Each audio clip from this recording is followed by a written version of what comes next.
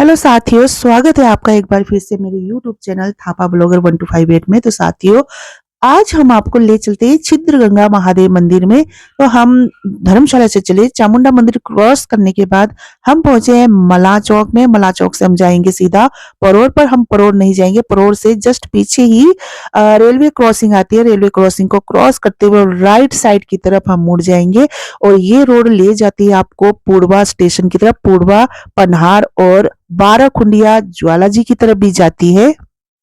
इस स्थान पर आकर फिर से कंफ्यूज हो सकते हैं, क्योंकि दोनों रास्तों पर लिखा हुआ है पूर्वा जो है 4 किलोमीटर, इस तरफ भी और उस तरफ भी। तो हमने पता किया तो हमें बताया गया है कि मंदिर जाने के लिए जो राइट वाला रास्ता है पूर्वा लिखा हुआ, उस ओर जाना होगा। तो हमने राइट वाला रास्ता ले लिया है। आगे का रास्तों का हम पूरा विवरण आप तक पहुंचाते हैं, बने रहिए हमारे साथ। तो हम अभी पहुंच गए हैं पन्हार, बाराखुंडिया और ज्वालाजी मार्ग पर। यहाँ पर आने के बाद दो रोड फिर से शुरू हो जाती है।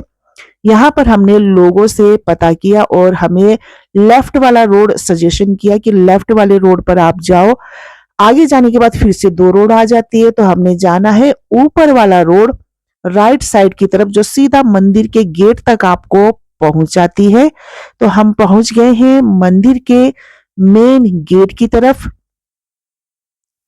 और यहाँ पर हमने स्कूटी को पार्क कर दी और हम पैदल जाने के लिए तैयार हुए। हम आगे की तरफ थोड़ा सा रास्ते का मुआयना करने के लिए गए, तो हमें पता चला कि रास्ता ठीक ठाक है और सड़क अच्छी खासी बनी हुई है। पर यह है कि 2 किलोमीटर की दूरी पर है, जो मेन गेट के दीवार पर लिखा गया है। और हमने फिर से स्कूटी स्टार्ट की और हम निकल पड़े मंदिर के लिए।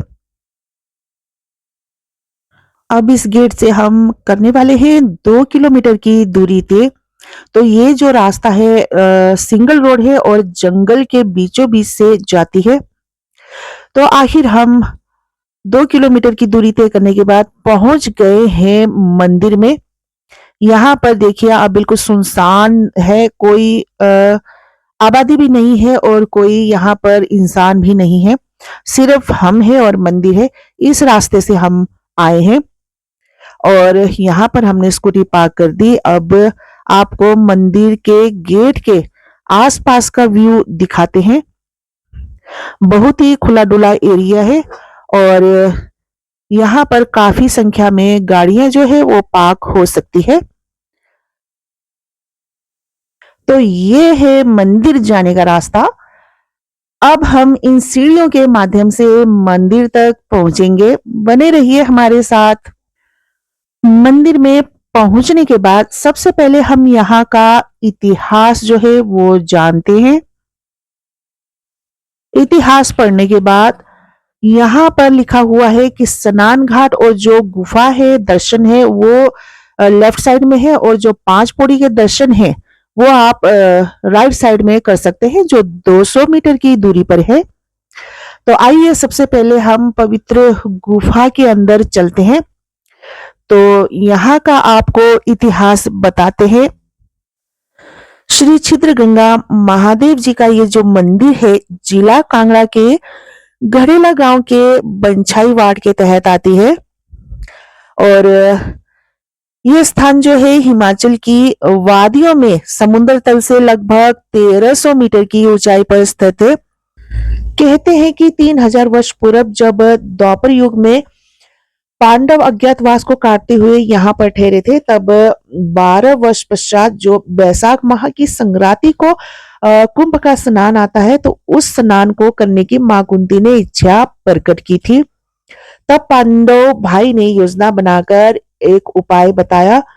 अर्जुन ने अपनी धनुष विद्या से मां गंगा का इसी स्थान पर आगमन करवाया था और भक्ति भाव से यहीं पर शिवलिंग की स्थापना भी की थी तथा यहीं पर छोटे हरिद्वार की स्थापना भी की थी। तो आगे जाकर हम आपको उस शिवलिंग की आपको दर्शन भी करवाते हैं।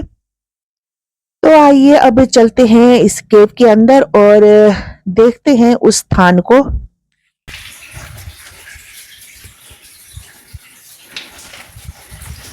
माता रानी का मंदिर बहुत ही प्राचीन लगता है मुझे।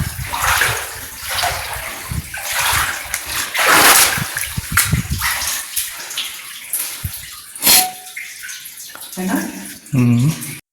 तो ये रही दीवार पर तराशी गई माता रानी की सुंदर और अद्भुत प्रतिमा।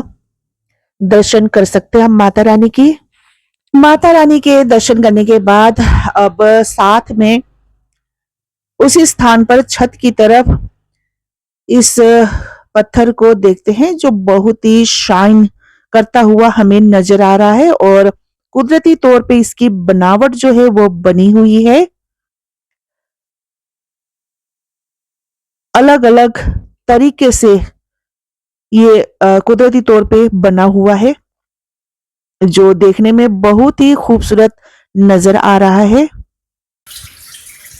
बहुत ही गहरा, आगे तो जा नहीं सकते ना, पानी गहरा है। अंदर तक, अंदर ही अंदर कैसे काफी गहरा है। और ये देखो, ये सांप की तरह दिख रहा है ये। हाँ है ना? हाँ, तो है ये कुछ नहीं, वो देखो है ना, कुछ नहीं, धारा है पानी की। चलो ऊपर वाली कैबिन करते हैं। जय माता रानी। इसके अंदर भी कुछ है शायद, देखना जरा, कैमरा लगा देना ना। कहाँ? कुछ है इसके अंदर। इसके अंदर तो कुछ नहीं होगा, देखता हूँ। घोंसला है, पता नहीं किसी चिड़िया का घोंसला है।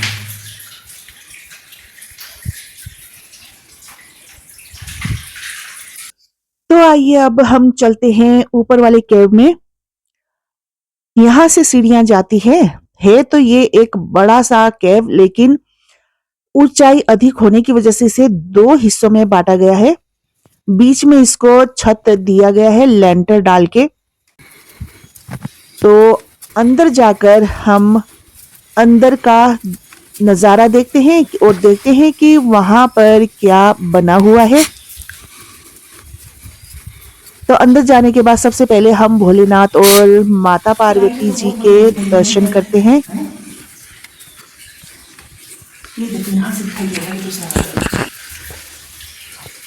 ये देखो, बाप रे, है ना? ये अंदर की तरफ है, यहाँ से हमने यहाँ पर देखा था ना। हाँ, यहाँ पर देखा था। हाँ, पाइप के आगे, यहाँ से आगे ऊपर देखो। नीचे थे, हम नीचे थे तो हमने ये पाइप के थोड़ा सा आगे देखा था जहाँ बहुत गहरा था। यहाँ पर फिश भी बहुत ज़्यादा है। धूप तो नहीं लगती है, लेकिन यहाँ से आगे आप देख सकते हैं।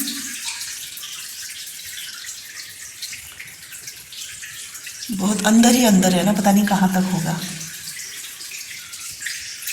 ये ऊपर पूरी, ये ऊपर पूरा पहाड़ी होगा ना।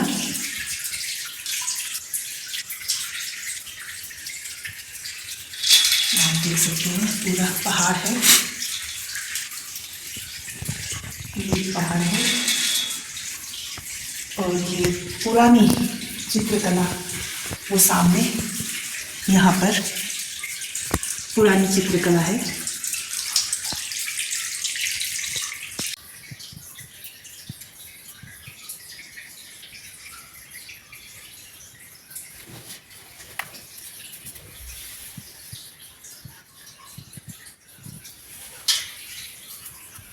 देखिए बना हुआ है ना।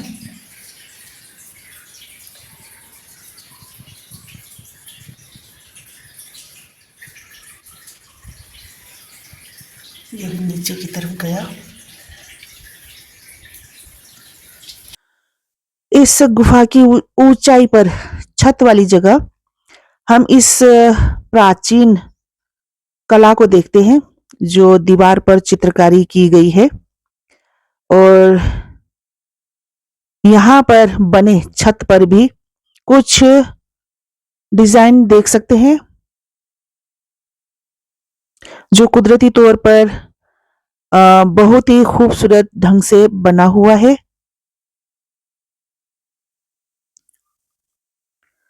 यहाँ पर अलग अलग डिजाइन को देखते हुए इस पत्थर पर नजर डालते हैं जो जालीनुमा बना हुआ है डिजाइन इसका पत्थर के ऊपर।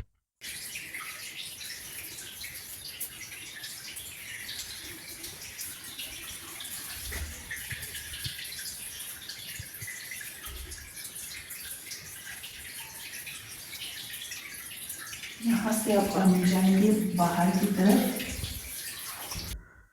तो आइए अब इस कैव से निकलते हैं बाहर और आसपास के जगहों को एक्सप्लोर करते हैं। ऐसा इस कैव को देखने के बाद ऐसा लगा कि वाकई में पांडुपुत्र अर्जुन ने तीर मारकर पहाड़ को 2 हिस्सों में फाड़कर बीच से गंगा मां का आगमन करवाया है, क्योंकि इतना गहरा और 2 हिस्सों में ऊंचे ऊंचे पहाड़ और इसका दृश्य बहुत ही अद्भुत लगा हमें। और आसपास ऊपर नीचे कहीं पर भी पानी का जरा भी रिसाव नहीं है और यही बीच में ही पानी का आगमन हुआ है, गंगा मां का आगमन हुआ है और आसपास कहीं पर भी पानी नहीं है। तो चलते हैं, निकलते हैं अब बाहर की साइड।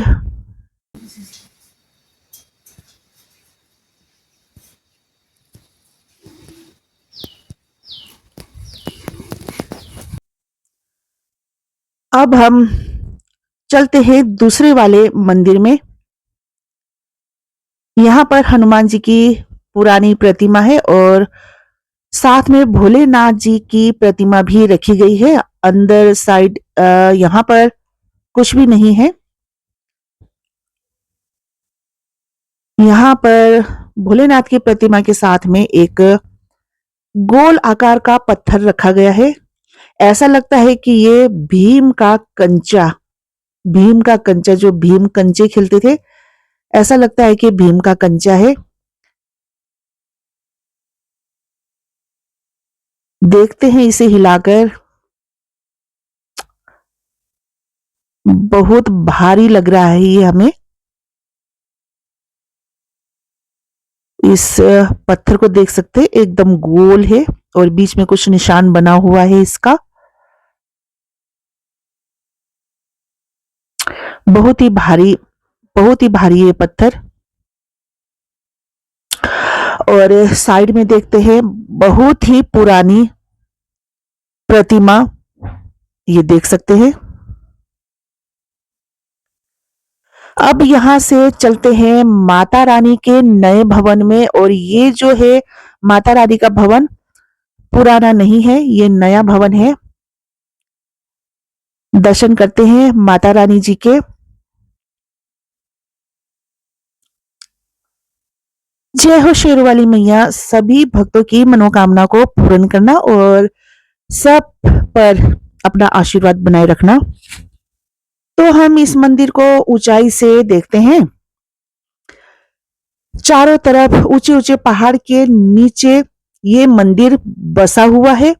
चारों तरफ हरियाली है, घने जंगल है और चारों तरफ इतनी शांति है कि यहाँ बैठने का आनंद ही कुछ और है। तो अब चलते हैं, 5 पौड़ी के दर्शन करते हैं, जिसकी दूरी लगभग 200 मीटर है। और 5 पौड़ी पर ही फूल और वस्तु बहाया जाता है, क्योंकि ये मिनी हरिद्वार के नाम से भी जाना जाता है। इस तरफ है केव और इस तरफ है 5 पौड़ी। और भोलेनाथ जी के दर्शन भी करते हैं, जिसे छिद्र गंगा महादेव भी कहा जाता है, जो पांडवों ने यहाँ पर स्थापित किया था। तो आइए भोलेनाथ जी के दर्शन करते हैं। तो ये रहे छिद्र गंगा महादेव जी का शिवलिंग, जिसे पांडवों ने स्थापित किया था। आमतौर पर जो शिवलिंग होती है वह बिल्कुल प्लेन होती है, लेकिन ये जो शिवलिंग है कुछ अलग है। इस शिवलिंग पर धारियां बनी हुई है।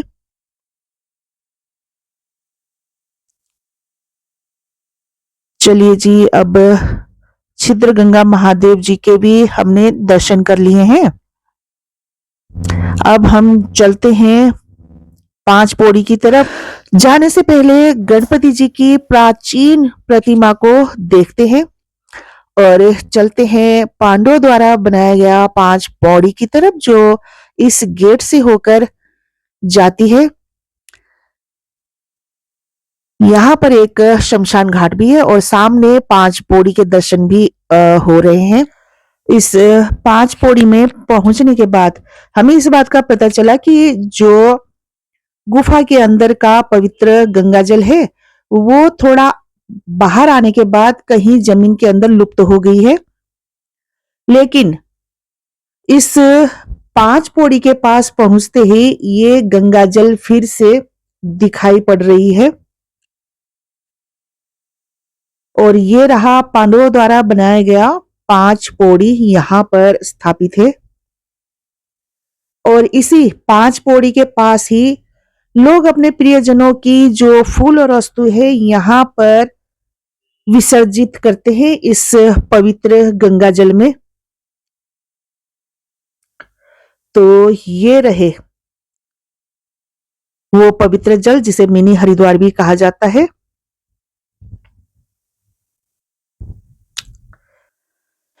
चलिए जी, अब चलते हैं वापिस मंदिर की तरफ और जो कुछ छूट गया है उसे भी कवर करते हैं। इस गेट से होते हुए हम पहुंचेंगे अब उस भवन में जहां पर भोलेनाथ जी का धूना रमता है।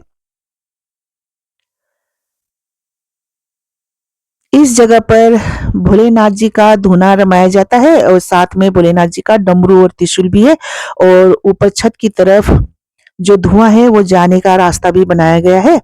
यहाँ पर साधु संतों के रहने की व्यवस्था भी है और साथ में लंगर भवन भी बना है। तो साथियों, ये था हमारा आज का ब्लॉग। आशा करती हूँ कि आपको जरूर पसंद आया होगा।